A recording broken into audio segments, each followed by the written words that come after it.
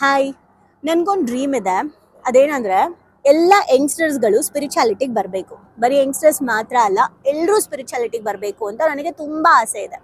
ಈ ಆಸೆ ಇವಾಗಿಂದ ಅಲ್ಲ, ಈ ಕನಸು ನನಗೆ ತುಂಬಾ ಹಳೆಯದ್ರಿಂದನೂ ಇರುವಂಥದ್ದು. ನಾನು ಜರ್ನಿ ಶುರು ಮಾಡಬೇಕಾದ್ರೇನು ನಂಗೆ ಸ್ಟಾರ್ಟ್ ಆಗಿದ್ದು, ಬಿಕಾಸ್ ನಾನು ಅಷ್ಟು ಎಮೋಷ್ನಲಿ ಡಿಸ್ಟರ್ಬ್ ಆಗಿದ್ದೆ.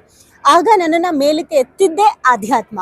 ಸೊ ಇದು ಎಲ್ರಿಗೂ ಇದ್ಬಿಟ್ರೆ ಲೈಫ್ ಎಷ್ಟು ಚೆನ್ನಾಗಿರುತ್ತೆ ಅಂತ ಅನ್ಸಕ್ ನಂಗೆ ಸ್ಟಾರ್ಟ್ ಆಗಿ, ಅವಾಗ 18 ಇಯರ್ಸ್ ಇದ್ದ, 18 ವರ್ಷ ಇದ್ದ. ಇವನಿಗೆ ಹೋಗಿ ನಾನು ಆಧ್ಯಾತ್ಮಕ್ ಬಾ, ಸ್ಪಿರಿಚುಯಾಲಿಟಿಗೆ ಬಾ ಅಂತ ಕರೆದಾಗ ಇವನ್ ಬಂದಿರ್ಲಿಲ್ಲ. ಯಾಕೆ ಅಂತ ನೀವು ಅವನ ಮಾತಲ್ಲೇ ಕೇಳಿ, ಅವಾಗ ನಿಮ್ಗೂ ಅರ್ಥ ಆಗುತ್ತೆ, ಓ ನನ್ನ ತಲೆಲ್ಲೂ ಹೀಗಿದ್ಯಾ ಅಂತ. ಏನಕ್ಕೆ ಬಂದಿರ್ಲಿಲ್ಲ ನೀನು? ಯಾಕಂದ್ರೆ ಸ್ಪಿರಿಚುಯಾಲಿಟಿ ಅಂದ್ರೆ ಒಂದು ಥಾಟ್ ಇತ್ತು ನನಗೆ. ನೋಡಿದ್ವಲ್ಲ, ನಾವು ಬರೀ ಸ್ವಾಮೀಜಿಗೆ ಮಾತ್ರ ಸ್ಪಿರಿಚುಯಾಲಿಟಿನ ಹೋಲಿಸ್ಕೊಳ್ತಾ ಇದೆ, ಅಥವಾ ಅವ್ರಿಗೆ ಮಾತ್ರ ಅಟ್ಯಾಚ್ ಮಾಡ್ತಿದ್ದೆ. ಆ ಒಂದು ಥಾಟ್ನ ಎಲ್ಲ ಬಿಡಬೇಕು, ಫ್ಯಾಮಿಲಿನ ಬಿಟ್ಟು ಹೋಗಬೇಕು. ಮೊದಲಿಗೆ ಲಕ್ಸುರಿ ಲೈಫ್ನ ಎಂಜಾಯ್ ಮಾಡೋಕ್ಕಾಗಲ್ಲ, ಬಿಕಾಸ್ ಮಿಡ್ಲ್ ಕ್ಲಾಸಿಂದ ಬಂದಿದ್ದ ಕಾರಣಕ್ಕೆ ಒಂದು ಡ್ರೀಮ್ ಇತ್ತು, ಮುಂದೆ ದೊಡ್ಡವರಾದ್ಮೇಲೆ ಈ ಥರ ಒಂದು ಕಾರ್ ತಗೋಬೇಕು, ಮನೆ ತಗೋಬೇಕು, ಈ ಥರ ಎಲ್ಲ ಇತ್ತಲ್ಲ, ಅದೆಲ್ಲ ಬಿಟ್ಬಿಡ್ಬೇಕು, ಯಾವ್ದ್ರೊಟ್ಟಿಗೂ ಎಲ್ಲದಿಂದ ಡಿಟ್ಯಾಚ್ ಆಗಬೇಕು, ಎಲ್ಲ ಬಿಟ್ಬಿಡ್ಬೇಕು, ಈ ಥರ ಎಲ್ಲ ಥಾಟ್ ಇತ್ತಲ್ಲ. ಎಂಜಾಯ್ ಮಾಡಕ್ಕಾಗಲ್ಲ, ಮೇನ್ ಎಂಜಾಯ್ ಮಾಡಕ್ಕಾಗಲ್ಲ, ಪಾರ್ಟೀಸ್ ಬಿಕಾಸ್ ಇವ್ನು ಹೇಳಿದ್ ನಂಗೆ ನೆನಪಿದೆ, ಅಕ್ಕ ಲೈಫ್ ನ ಎಂಜಾಯ್ ಮಾಡ್ಬೇಕಕ್ಕ, ಇನ್ನ ಚಿಕ್ಕ ಏಜು ನಂದು ಅಂತ. ಟ್ರಾವೆಲ್ ಮಾಡಕ್ಕಾಗಲ್ಲ, ಅದೆಲ್ಲ ಬಿಟ್ಟು ಬರೀ ಧ್ಯಾನ, ಬರೀ ಇದು ಇಷ್ಟು ಮಾತ್ರ ಇರುತ್ತೆ, ಅದರ ಥಾಟ್ ಇತ್ತು. ಹಾಗಾಗಿ ನಾನು ಮಾಡೋಣ, ಬರ್ತೀನಿ, ಆಮೇಲೆ ಬರ್ತೀನಿ ಅನ್ನೋದು, ವಯಸ್ಸಾದ್ಮೇಲೆ ಬರ್ತೀನಿ ಅನ್ನೋ ಥಾಟಲ್ಲಿ ಹೇಳ್ತಾ ಇದ್ದೆ.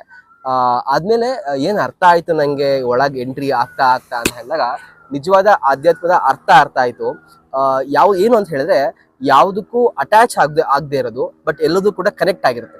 ಹಣ ಆಗ್ಬೋದು, ಎಂಜಾಯ್ಮೆಂಟ್ ಆಗ್ಬೋದು, ಟ್ರಾವೆಲ್ ಆಗ್ಬೋದು. ಅಂಡ್ ನಿಜವಾದ ಎಂಜಾಯ್ಮೆಂಟ್ ನ ಅರ್ಥ ಆಯ್ತು. ಪ್ರತಿ ಕ್ಷಣ ಜೀವಿಸಕ್ಕೆ ಸ್ಟಾರ್ಟ್ ಮಾಡ್ತೀವಿ. ಯಾವುದೋ ಒಂದು ವೀಕೆಂಡ್ಗೋ, ಯಾವುದೋ ಒಂದು ಟ್ರಿಪ್ಗೋಸ್ಕರ ಖುಷಿಯಾಗಿರಲಿ, ಅದು ಬಂದ್ಮೇಲೆ ಖುಷಿಯಾಗಿರ್ತೀನಿ ಅಂತ ಇರದೆ, ಪ್ರತಿ ದಿನವನ್ನು ಕೂಡ ಎಂಜಾಯ್ ಮಾಡ್ತಾ ಜೀವಿಸ್ತಾ ನಮ್ಮ ಬಗ್ಗೆ ನಾವು ಹೆಮ್ಮೆ ಪಡ್ತಾ ಆ ತರ ಫೀಲ್ಡ್ ಅಲ್ಲಿ ಹೋಗೋದು ಈ ಆಧ್ಯಾತ್ಮ ಕಲ್ಸುತ್ತೆ ಅನ್ನೋದು ಅರ್ಥ ಆಯ್ತು. ಅಂಡ್ ಎಲ್ಲರೂ ನಮ್ಮನ್ನ ನೋಡಿದಾಗ, ನೋಡಿದಾಗ ಆಚೆ ಟ್ರೈನಿಂಗ್ ಮಾಡ್ಬೇಕಾದ್ರೆ ನಿಮ್ಗೆ ಎಷ್ಟು ಪುಣ್ಯ ಬೇಗ ಸಿಕ್ಬಿಟ್ಟಿದೆ ಅನ್ಸುತ್ತೆ. ಹೌದು ಅಂತ ಹೇಳ್ತೀವಿ, ಬಟ್ ನನ್ನ ಒಳಗ್ ಗೊತ್ತು ನನಗೆ ಇನ್ನೂ ಬೇಗ ಸಿಗ್ಬೋದಾಗಿತ್ತು, ನಾನೇ ಕಳ್ಕೊಂಡೆ.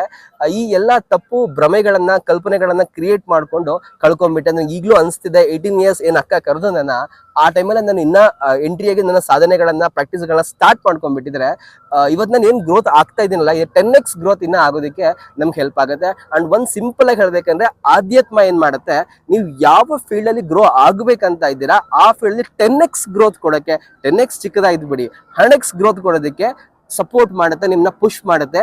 ಯಾವುದಕ್ಕೂ ಅಟ್ಯಾಚ್ ಆಗದೆ ಕನೆಕ್ಷನ್ ಇರೋಕೆ ಹೆಲ್ಪ್ ಮಾಡುತ್ತೆ ಆಧ್ಯಾತ್ಮ. ಏನ್ ಗೊತ್ತಾ, ಇವನ್ಗೆ ನಾನು ಅವಾಗ ಕರ್ದಾಗ ಬರ್ತಾ ಇರ್ಲಿಲ್ಲ, ಬಟ್ ಸ್ಟಿಲ್ ನಾನು ಎಲ್ಲೆಲ್ಲಿ ಹೋಗ್ತೀನಿ, ಏನೇನೆಲ್ಲ ಕಲಿಯಕ್ ಹೋಗ್ತೀನಿ, ನಾನು ಹೋಗಿ ಕಲ್ತಿದ್ದಾದ್ಮೇಲೆ ನೀನು ಬಾ ಅಂತ ಫೋರ್ಸ್ ಮಾಡ್ತಾ ಇದ್ದೆ. ಬಟ್ ಒಂದು ಒಳ್ಳೆ ಅಭ್ಯಾಸ ಏನು ಅಂದ್ರೆ, ಸುಮ್ನೆ ಬರ್ತಿದ್ದ, ಆಯ್ತು ಬರ್ತೀನಿ ಅಕ್ಕ, 21 ಡೇಸ್ ಈ ಪ್ರಾಕ್ಟೀಸ್ ಮಾಡು, ಆಯ್ತು ಅಕ್ಕ ಮಾಡ್ತೀನಿ. ಫಸ್ಟ್ ಕಳ್ಳಾಟ ಆಡ್ದ, 21 ದಿನ ಆಯ್ತು ಅಂದ, ನಾನು 21 ದಿನ ಮಾಡಿಲ್ಲ ನೀನು ಅಂತ, ಇಲ್ಲ ಅಕ್ಕ ಮಾಡ್ದೆ ಅಂತ, ಇಲ್ಲ ಮಾಡಿಲ್ಲ ನೀನು ಅಂತ.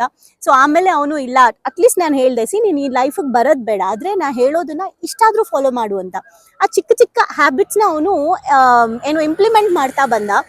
ಅದೇ ಅವನ್ಗೆ ಎಷ್ಟೋ ಲೈಫಲ್ಲಿ ಎಂತೆಂಥ ಕಷ್ಟದ ಸಿಚುಯೇಷನ್ಸ್ಗಳನ್ನ ಹ್ಯಾಂಡ್ಲ್ ಮಾಡೋದನ್ನ ಕಲಿಸ್ತು. ತುಂಬಾ ಅಂದ್ರೆ ತುಂಬಾ. ಅದನ್ನ ನಾನು ನಮ್ಮ ಪರ್ಸನಲ್ ಬ್ಲಾಗ್ಸ್ ಮಾಡಿದಾಗ ಖಂಡಿತ ನಮ್ಮ ಜೀವನದ ಹಿಂದೆ ಇರೋ ಅಂತದನ್ನ ಹೇಳ್ತೀವಿ. ತುಂಬಾ ಜನ ಹೇಳ್ತಿರ್ತಾರೆ, ಚಿಕ್ಕ ಏಜ್ ಅಲ್ಲಿ ಇಷ್ಟು ನಾಲೆಜ್ ಹೇಗ್ ಬಂತು ಅಂತ. ಏಜ್ ಅನ್ನೋದು ನಮ್ಮ ಬಾಡಿಗೆ ಅಷ್ಟೇ, ನಮ್ಮ ಆತ್ಮಕ್ಕೆ ಏಜ್ ಇಲ್ಲ. ಅನುಭವಗಳೇ ಬೇರೆ. ಸೋಲ್ ಲೆವೆಲ್ ಥಿಂಕ್ ಮಾಡೋರ್ಗೆ ಗೊತ್ತಾಗುತ್ತೆ. ಸೊ ಆಧ್ಯಾತ್ಮ ಅನ್ನೋದನ್ನ ತುಂಬಾ ಜನ ಇವತ್ತಿಗೂ ತಪ್ಪು ತಿಳ್ಕೊಂಡಿದ್ದಾರೆ. ನಂಗೆ ತುಂಬಾ ಖುಷಿ ಏನಂದ್ರೆ, ಇವತ್ತು ನಮ್ಮಲ್ಲಿ 300 ಜನ ಯಂಗ್ಸ್ಟರ್ಸ್ಗಳು ಇವತ್ತು ಆಧ್ಯಾತ್ಮವನ್ನ ಕಲಿತಾ ಇದ್ದಾರೆ. ಎಲ್ಲಾ ತರ ಭಕ್ತಿ ಮಾರ್ಗ, ಜ್ಞಾನ ಮಾರ್ಗ ಎಲ್ಲ ಕಲಿತಾ ಇದ್ದಾರೆ. ಅಂಡ್ ಅವ್ರ ಪೇರೆಂಟ್ಸ್ ಕೂಡ ಕಲಿತಾ ಇದ್ದಾರೆ. ಸೊ ಖಂಡಿತ ಒಂದಿನ ನಮ್ಮ ಇಡೀ ದೇಶ ಆಧ್ಯಾತ್ಮದ ಒಂದು ಫೌಂಡೇಶನ್ ಅಲ್ಲಿ ಗಟ್ಟಿ ಆಗುತ್ತೆ ಅನ್ನೋ ನಂಬಿಕೆ, ಭರವಸೆ ನನಗಿದೆ. ನಾನು ನಿಮ್ಗೂ ಹೇಳೋದಿಷ್ಟೇ, ನಿಮ್ಮ ಮಕ್ಕಳಿಗೆ ಆಧ್ಯಾತ್ಮದ ಬಗ್ಗೆ ಭಯ ಹುಟ್ಟಿಸ್ಬೇಡಿ, ಆಧ್ಯಾತ್ಮದ ಬಗ್ಗೆ ಪ್ರೀತಿ ಹುಟ್ಟಿಸಿ.